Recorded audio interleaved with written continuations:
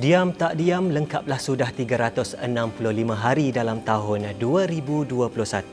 Dan sepanjang tahun ini, dunia seni tempatan tak pernah sunyi dengan pelbagai cerita suka dan duka. Jadi, menjelang tahun baru 2022 esok, kami rangkumkan 5 berita paling mendapat perhatian sepanjang tahun ini. Anda bersama saya, Tuan Hafiz dalam M-Star dan 2021.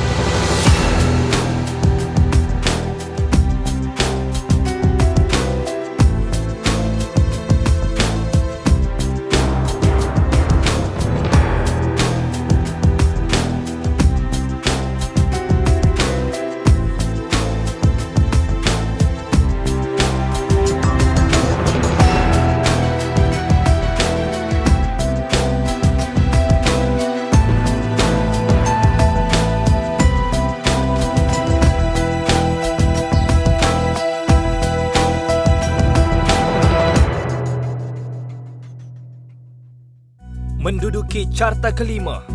Awal April lalu, kita dikejutkan dengan kisah iklan judi haram bertemakan Hari Raya. Lebih menimbulkan kemarahan apabila ramai pelakon yang terlibat adalah dalam kalangan yang beragama Islam. Menerusi temubual eksklusif M-Star pada ketika itu, salah seorang pelakon dan model sambilan, Saif Yunus berkata, mereka tidak mengetahui bahawa muzik video yang mereka lakukan itu bertujuan mempromosi judi. Kini selepas 8 bulan, bagaimana agaknya nasib Saif dalam dunia seni? Okay, bagi saya sebenarnya Saif dah lupa dah semua itu, benda tu dah lepas. We don't have to bring back lah the oldies. Tapi Saif, satu je Saif nak cakap dalam hidup ni, we always learn from our mistakes. Setiap kesalahan ataupun mistakes that we do, kita sentiasa memperbaiki. Kalau orang tu ulang balik kesilapan yang sama, itu bukan something that good lah for him. So kat luar sana opportunity sangat luas. We always learn lah. Dalam industri pun Saif baru lagi. Mungkin Saif setuju ke bila daripada isu dan kontroversi itu nama Saif semakin dikenali, which is yang positifnya dikenali oleh pengarah-pengarah yang terkenal. Mungkin okey, Saif ni sebenarnya ada bakat untuk berlakon, ada bakat untuk diketengahkan. So mungkin setuju tak? Betul, setuju juga. Kadang-kadang kita nampak netizen nampak kelainan daripada kesilapan tu, tapi dari pandangan TV station dan juga production mungkin lain juga. Alhamdulillah. Dan itu membuatkan Saif rasa tak kecil hati sebabkan benda tu opportunity makin terbuka untuk Saif. Saif, yelah sekarang dah masuk di, kita bakal melangkah ke tahun 2022. Mungkin apa antara harapan dan goals yang Saif ingin capai? Untuk 2022 ni, Saif nak sangat ceburi lagi dalam bidang lakonan, dan nak bagi TV station dalam Malaysia ni nampak Saif lagi lah. Dan saya harap untuk opportunity yang akan datang ni lebih luas bagi Saif dalam production ataupun dalam TV.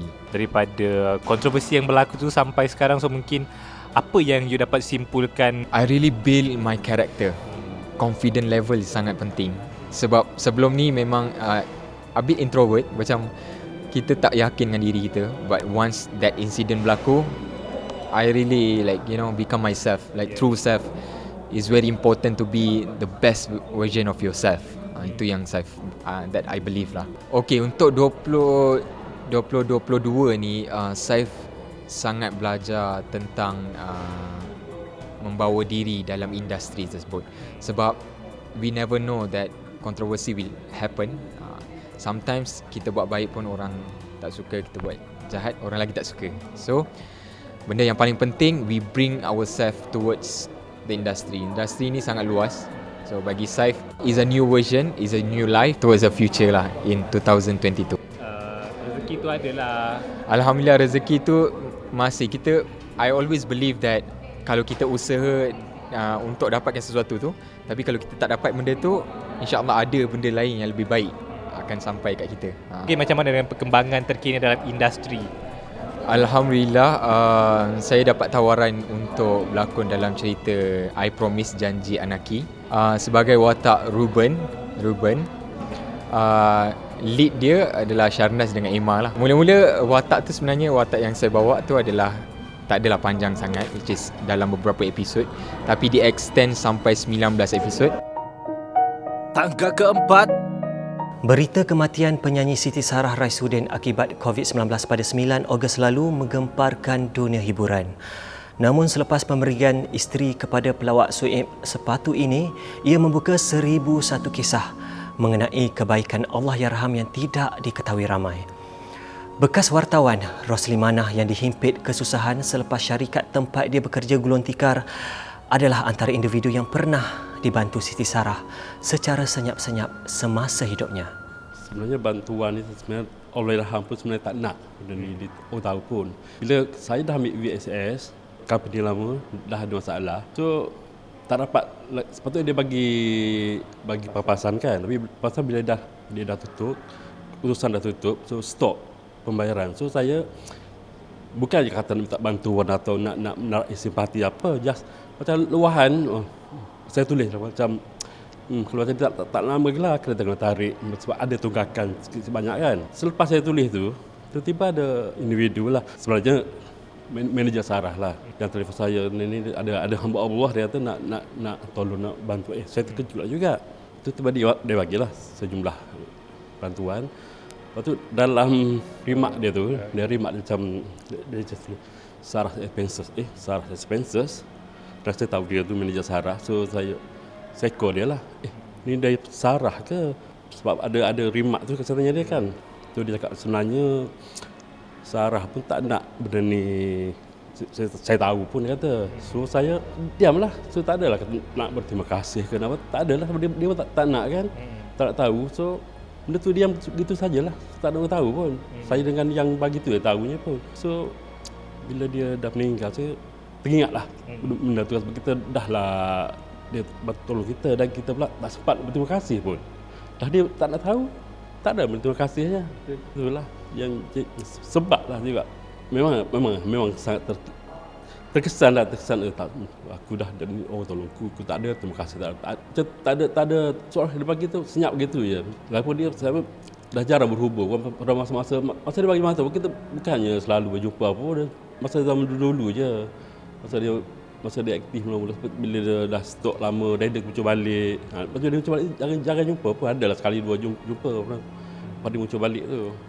Dan dia satu lagi, dia memang pemurah lah, sebab kita masa dia tengah aktif dulu, selalu lah buat makan-makan, hang around kawan-kawan. Sebenarnya dia boleh belanja. Dia suruh manager dia tu, ni buat apa-apa, bukan majlis pun, macam makan-makan sama-sama. Kerap berkumpul lah di rumah dia punya manager dulu. So sifat pemurah dia tu memang dari dulu. Memang dari dulu. Bukan kata dia dah kaya baru dia nak. Macam dia tak ada pun. Macam yang biasa pun, sebelum dia berjaya, betul-betul berjaya pun, memang itulah sifat dia. Itulah sifat dia. Sebenarnya masa saya kat utusan dulu, kita ada buat pertandingan nyanyian. So dia salah seorang peserta lah selepas sekolah. Masa sekolah pun. Kita berurusan lah dengan dia sepanjang perjalanan nak bertanding apa semua tu kan. Dari situ lah rapat.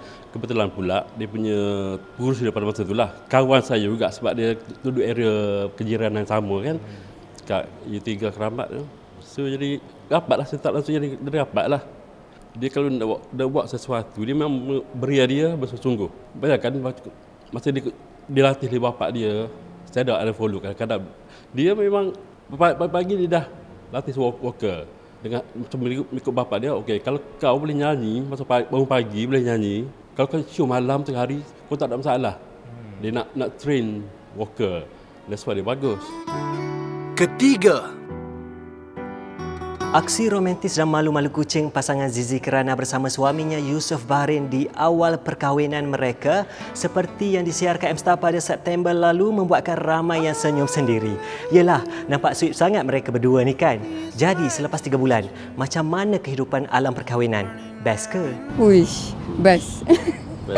Best. Apa yang best? Sebab ada kawan-kawan di rumah, boleh bercerita-cerita, bergaduh-bergaduh, boleh berbincang-bincang. Macam yang ada best friends sudah yang di rumah, ada orang teman. Lepas tu banyak belajar hal-hal yang sebelum ni yang tidak tahu, tapi bila kahwin tu tahu sudah. Kan sayang? Betul.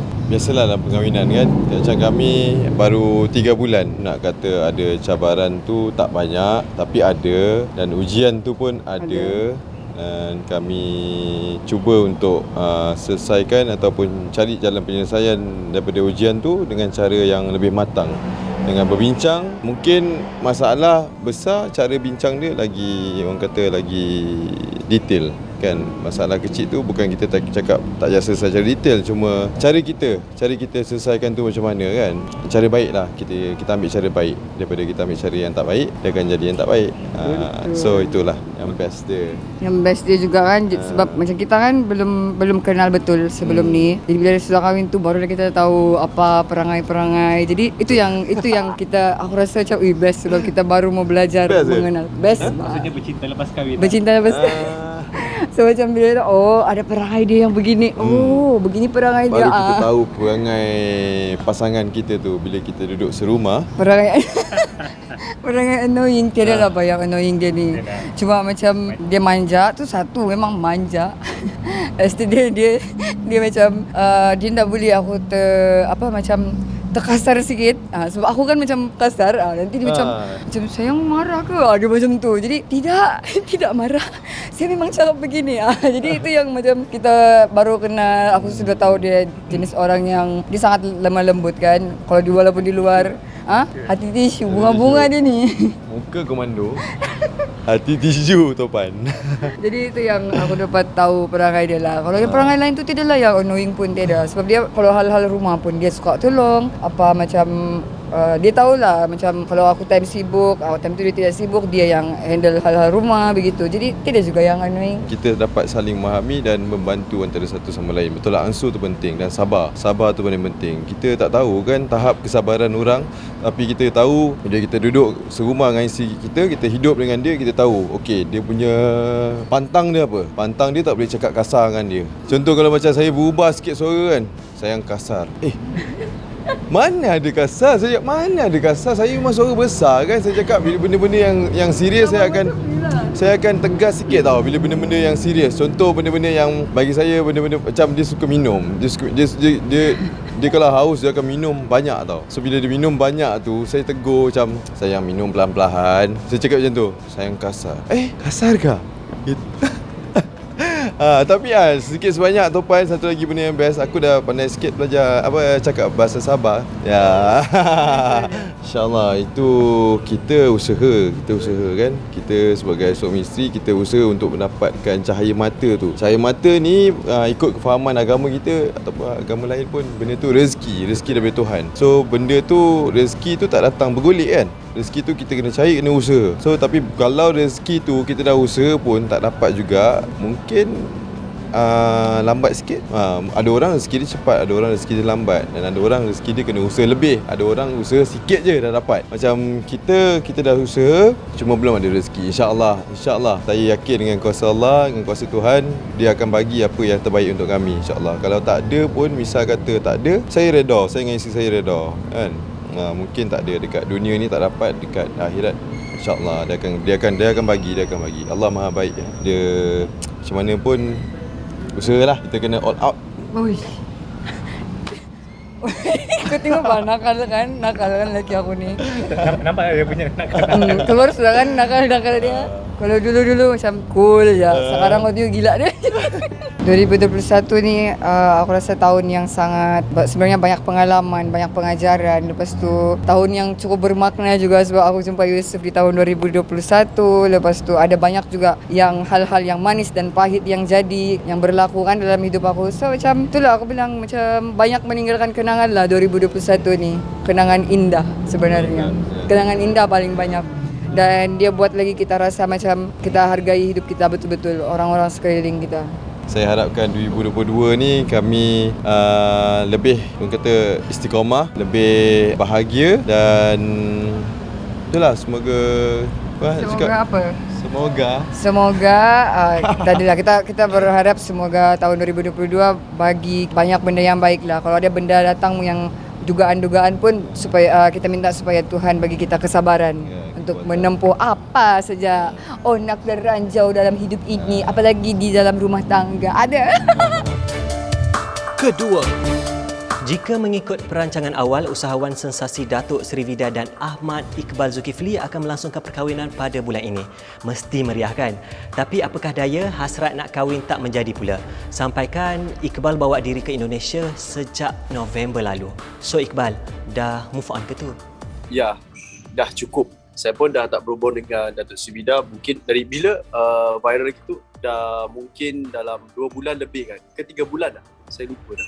2 bulan Lebih so, jadi saya langsung tak mesej, tak WhatsApp, tak berhubung. Cuba ada tengok beliau sebut nama saya di live lah. Tapi tak apalah. Saya selalu tengok live Datuk Seri Vida juga kan. Dan beliau selalu menyebut nama saya. Dan semalam ada live rindukan saya semua.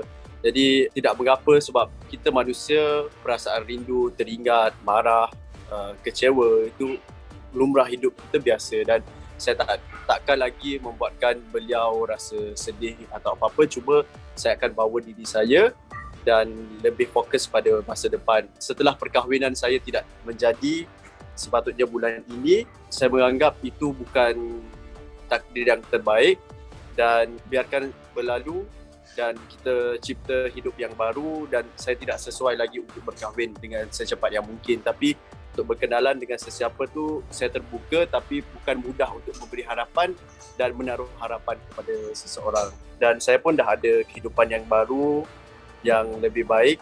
Tak perlu lagi untuk sambung-sambungkan lagi lah dengan Datuk Seri Vida itu. Tahun 2021 ni juga Iqbal dikecam berhubung dengan satu video di mana Iqbal baling-baling duit. So mungkin orang kata macam Iqbal real lah, Iqbal macam tak menghormati orang kata rezeki yang ada. So mungkin respon daripada Iqbal macam mana? Apa yang Iqbal dapat pelajari, mungkin pengajaran yang Iqbal dapat daripada isu tersebut selepas dikecam, selepas ialah ustaz-ustaz, da'i dan apa semua pun ada bagi respon kepada isu tersebut. Pertama kali yang saya baling duit di rumah saya tu supaya itu adalah saya nak luahkan bahawa saya bukan seorang yang kikis duit orang. Lagipun saya dikata begitu 3-4 tahun, bukan seminggu 2. Jadi dah lama saya termakan-makan begitu dan sampai masanya saya perlu sebutkan bahawa saya berjaya dengan hasil sendiri. Tak adalah berjaya yang besar sangat, berjaya yang kecil biasa saja. Tapi sekurang-kurangnya saya bukan seorang yang meminta-minta wang orang begitu. Dan yang saya agak kesal ketika ada konten yang tersebar, saya ada pijak-pijak duit tu kan. Itu saya silap ni macam tu lah. Jadi walaupun ramai lagi artis-artis lain yang turut buat konten macam tu dan saya pun bukan buat benda orang yang record. Tapi itu yang saya rasa saya tak boleh terima. Saya bukan macam ni. Sesekali nak juga konten-konten macam sebagai hiburan. Tapi dari sudut profesional, saya akan tetap profesional. Dan kalau ustaz yang komen tu, saya tak menjawab tu. Ada artis yang komen juga, saya tak menjawab. Kerana saya menghormati dan saya sebenarnya mengalah.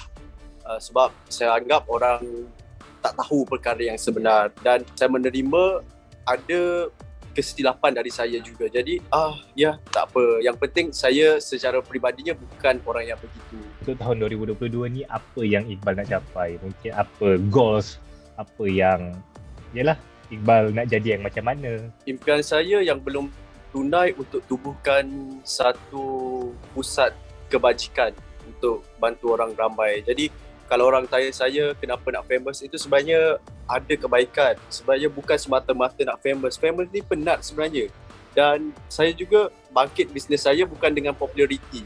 Jadi apabila dikenali ni, saya nak menjadi orang yang dikenali dengan nama baik dan orang boleh menerima saya dengan contoh yang baik lah.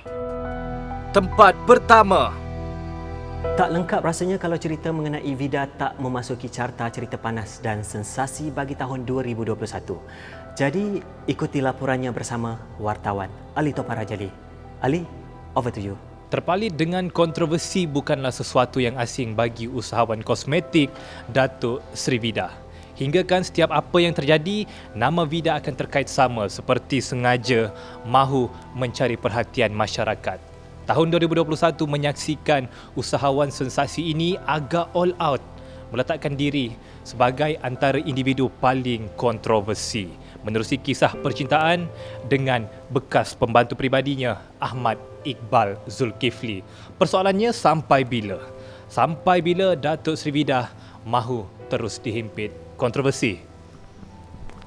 Sebenarnya susah nak diluahkan sebab apa yang terjadi, apa yang saya lalui, perik sangat kecaman dan tomahan dan ujian yang saya lalui ini kalau orang tak boleh hadap di terjun bangunan sebab melibat dengan maruah, malu, cerita yang tak ada diadakan dan cerita yang tidak benar sekalipun saya kena telan, saya kena mengiyakan cerita-cerita itu demi untuk nak bagi cantik perjalanan bekas pembantu peribadi saya Iqbal Zulkifli. Banyak twist sini sana sebenarnya, tapi saya nawaitu niatnya nak up dia supaya dia boleh bersama saya, membantu saya untuk perniagaan saya. Dan kita ada MOU sebenarnya.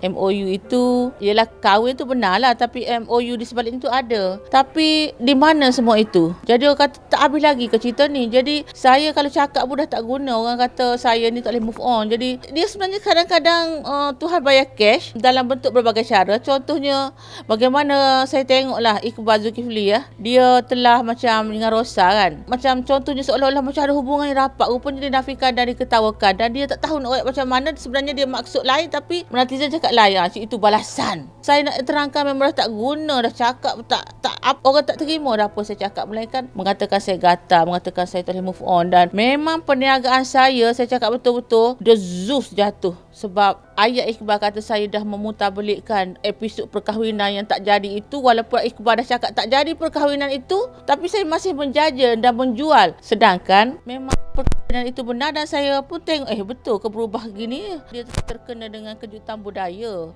Dia tak boleh terima. Jadi menyolah, dikorek-korek 7 tahun lepas punya cerita. Sedangkan kita yang nak kahwin ni bulan ni.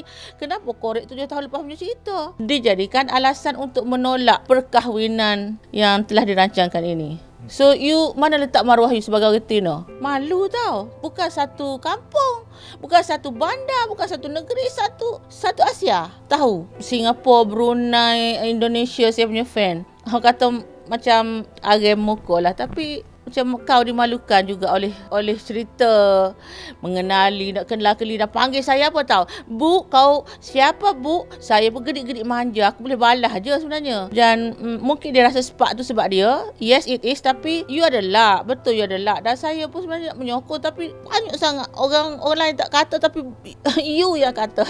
Bila di media sosial mungkin netizen ataupun di luar sana tengok Datuk ni macam ceria, happy dan macam seolah-olah tidak ada apa-apa yang berlaku antara Datuk dengan Iqbal. Macam till orang nampak macam happy go lucky. Datuk pernah tak berada dalam satu tahap di mana Datuk rasa macam depresi, tekanan disebabkan kontroversi ni? Alhamdulillah lah ada iman.